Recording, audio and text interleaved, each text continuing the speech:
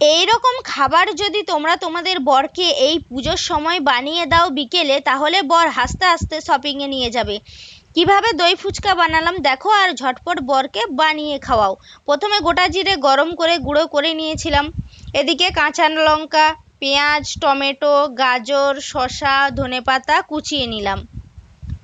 একটা আলু সেদ্ধ করেছিলাম, যেহেতু আমরা দুজন খাবো এতেই হয়ে যাবে। আলুটাকে ছোট ছোট করে টুকরো করে বাটিতে নিলাম। এর ওপর বিট নুন, ভাজা মশলা, ছোলা ভিজা, পেঁয়াজ কুচি, ধনেপাতা কুচি দিয়ে মেখে নিলাম। আর একটা বাটিতে টক দইয়ের ওপর বিট নুন, চিনি, ভাজা মশলা দিয়ে ভালো করে ফেটিয়ে নিলাম।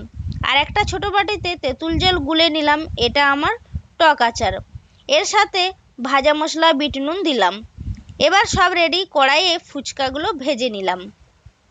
এবার ডেকোরেট করার পালা। প্রথমে ফুচকাগুলো প্লেটে সাজিয়ে নিলাম, তারপর আলু মাখা দিলাম।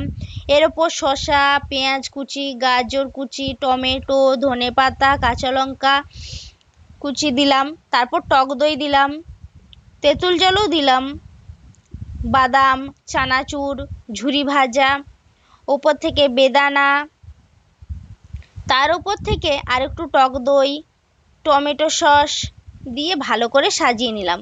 তৈরি আমার বাড়িতেই দই ফুচকা।